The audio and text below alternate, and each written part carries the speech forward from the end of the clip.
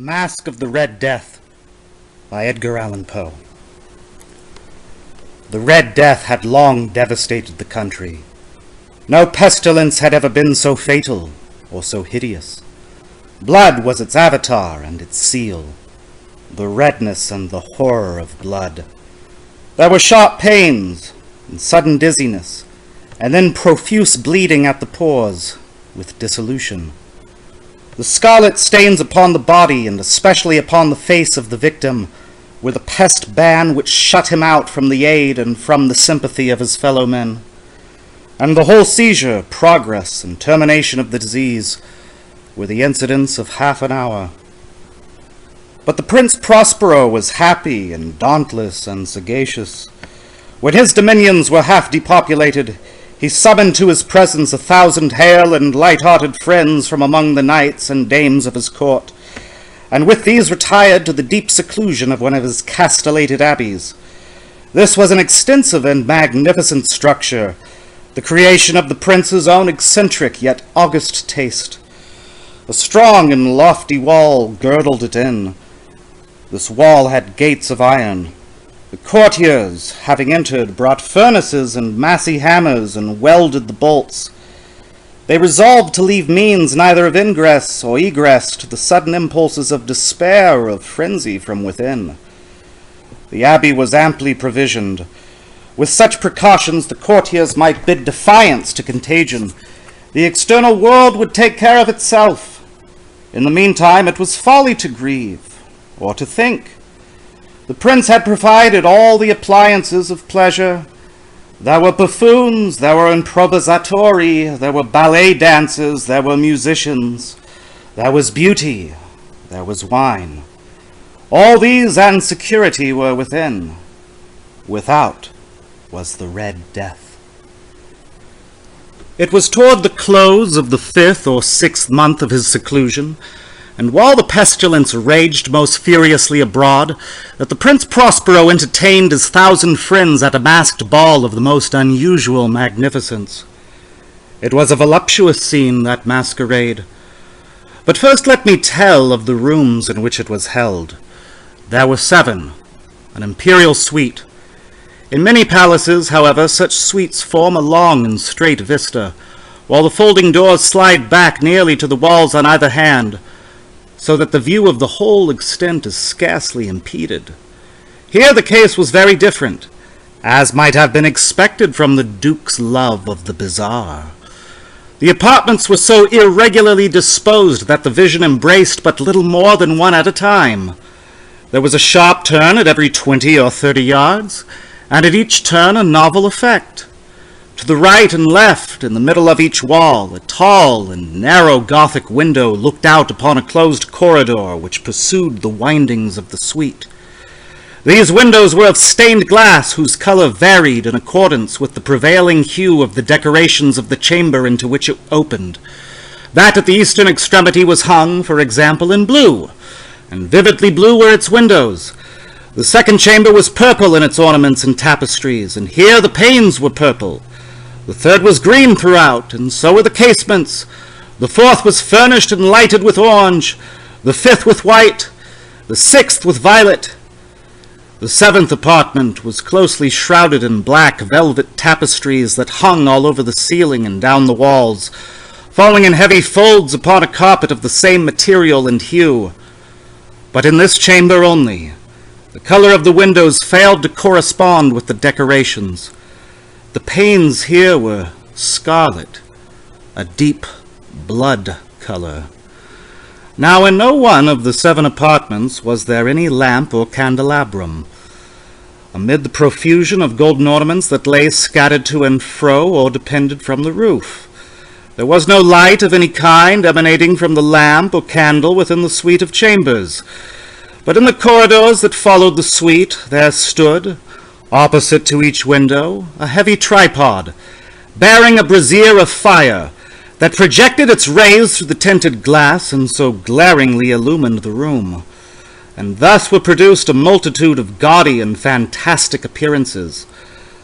But in the western or black chamber, The effect of the firelight that streamed upon the dark hangings through the blood-tinted panes was ghastly in the extreme, and produced so wild a look upon the countenances of those who entered, that there were few of the company bold enough to set foot within its precincts at all. It was in this apartment also that there stood against the western wall a gigantic clock of ebony. Its pendulum swung to and fro with a dull, heavy, monotonous clang, and when the minute hand made the circuit of the face and the hour was to be stricken, there came from the brazen lungs of the clock a sound which was clear and loud and deep and exceedingly musical, but of so peculiar a note and emphasis that at each lapse of an hour the musicians of the orchestra were constrained to pause momentarily in their performance, to hearken to the sound, and thus the waltzers perforce ceased their evolutions, and there was a brief disconcert of the whole gay company, and while the chimes of the clock yet rang, it was observed that the giddiest grew pale, and the more aged and sedate passed their hands over their brows as if in confused reverie or meditation. But when the echoes had fully ceased, a light laughter at once pervaded the assembly. The musicians looked at each other and smiled as if at their own nervousness and folly, and made whispering vows, each to the other, that the next chiming of the clock should produce in them no similar emotion. And then, after the lapse of 60 minutes, which embrace 3,600 seconds of the time that flies, there came yet another chiming of the clock, and then with the same disconcert and tremulousness and meditation as before. But, in spite of these things, it was a gay and magnificent revel. The tastes of the Duke were peculiar. He had a fine eye for colors and effects. He disregarded the decora of mere fashion. His plans were bold and fiery, and his conceptions glowed with barbaric luster. There are some who would have thought him mad. His followers felt that he was not. It was necessary to hear and see and touch him to be sure that he was not. He had directed in great part the movable embellishments of the 7 chambers upon occasion of this great fete, and it was his own guiding taste which had given character to the masqueraders. Be sure they were grotesque. There were much glare and glitter and piquancy and phantasm, much of what has been since seen in Hernani. There were arabesque figures with unsuited limbs and appointments. There were delirious fancies such as the madman fashions. There were much of the beautiful, much of the wanton, much of the bizarre, something of the terrible, and not a little of that which might have excited disgust. To and fro in the 7 chambers there stalked, in fact, a multitude of dreams, and these the dreams writhed in and about, taking hue from the rooms and causing the wild music of the orchestra to seem as the echo of their steps. And anon there strikes the ebony clock which stands in the hall of the velvet, and then, for a moment, all is still, and all is silent, save the voice of the clock. The dreams are stiff frozen as they stand, but the echoes of the chime die away. They have endured but an instant, and a light, half-subdued laughter floats after them as they depart. And now again the music swells, and the dreams live, and writhe to and fro more merrily than ever, taking hue from the many-tinted windows through which stream the rays from the tripods. But to the chamber which lies most westwardly of the 7 there are now none of the maskers who venture, for the night is waning away, and there flows a ruddier light through the blood-colored panes, and the blackness of the sable drapery appalls, and to him whose foot falls upon the sable carpet there comes from the near clock of ebony a muffled peal more solemnly emphatic than any which reaches their ears who indulge in the more remote gaieties of the other apartments. But these other apartments were densely crowded, and in them beat feverishly the heart of life, and the revel went whirlingly on, until at length there commenced the sounding of midnight upon the clock. And then the music ceased, as I have told, and the evolutions of the waltzers were quieted, and there was an uneasy cessation of all things as before. But now there were 12 strokes to be sounded by the bell of the clock, and thus it happened, perhaps, that more of thought crept with more of time into the meditations of the thoughtful among those who revelled.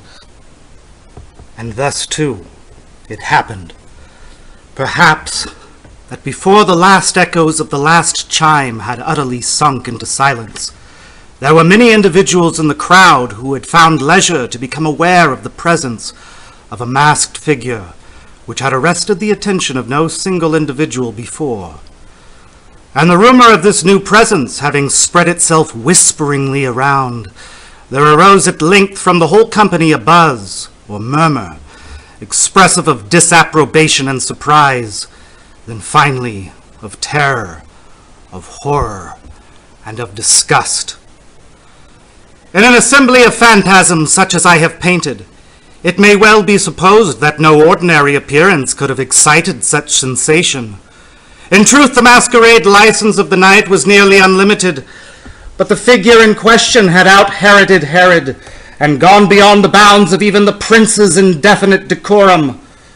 There are chords in the hearts of the most reckless which cannot be touched without emotion. Even with the utterly lost, to whom life and death are equally jests, there are matters of which no jest can be made. The whole company, indeed, seemed now deeply to feel that in the costume and bearing of the stranger neither wit nor propriety existed. The figure was tall and gaunt, and shrouded from head to foot in the habiliments of the grave. The mask which concealed the visage was made so nearly to resemble the countenance of a stiffened corpse that the closest scrutiny must have had difficulty in detecting the cheat. And yet all this might have been endured, if not approved, by the mad revellers around. But the mummer had gone so far as to assume the type of the Red Death. His vesture was dabbled in blood, and his broad brow, with all the features of the face, was besprinkled with the scarlet horror. When the eyes of Prince Prospero fell upon this spectral image, which with a slow and solemn movement, as if more fully to sustain its role, stalked to and fro among the waltzers, he was seen to be convulsed in the first moment with a strong shudder either of terror or distaste, but in the next his brow reddened with rage. "Who dares?" he demanded hoarsely of the courtiers who stood near him. "Who dares insult us with this blasphemous mockery? Seize him and unmask him, that we may know whom we have to hang at sunrise from the battlements." It was in the eastern or blue chamber in which stood the Prince Prospero as he uttered these words. They rang throughout the 7 rooms loudly and clearly, for the prince was a bold and robust man, and the music had become hushed at the waving of his hand. It was in the blue room where stood the prince, with a group of pale courtiers by his side.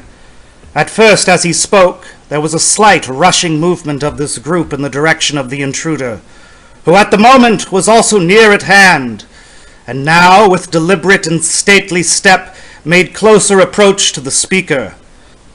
But from a certain nameless awe with which the mad assumptions of the mummer had inspired the whole party, there were found none who put forth hand to seize him, so that, unimpeded, he passed within a yard of the prince's person, and while the vast assembly, as if with one impulse, shrank from the centers of the rooms to the walls, he made his way uninterruptedly, but with the same solemn and measured step which had distinguished him from the first, through the blue chamber to the purple, through the purple to the green, through the green to the orange, through this again to the white, and even thence to the violet, ere a decided movement had been made to arrest him. It was then, however, that the Prince Prospero, maddening with rage and the shame of his own momentary cowardice, rushed hurriedly through the 6 chambers, while none followed him on account of a deadly terror that had seized upon all. He bore aloft a drawn dagger, and had approached in rapid impetuosity to within 3 or 4 feet of the retreating figure, when the latter, having attained the extremity of the velvet apartment, turned suddenly and confronted his pursuer.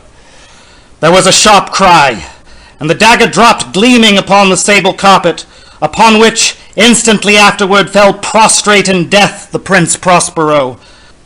Then, summoning the wild courage of despair, a throng of the revelers at once threw themselves into the black apartment, and, seizing the mummer, whose tall figure stood erect and motionless within the shadow of the ebony clock, gasped in unutterable horror at finding the grave cerements and corpse-like mask, which they handled with so violent a rudeness, untenanted by any tangible form. And now was acknowledged the presence of the Red Death. He had come like a thief in the night, and one by one dropped the revelers in the blood-bedewed halls of their revel, and died each in the despairing posture of his fall. And the life of the ebony clock went out with that of the last of the gay, and the flames of the tripods expired, and darkness and decay and the Red Death held illimitable dominion over all.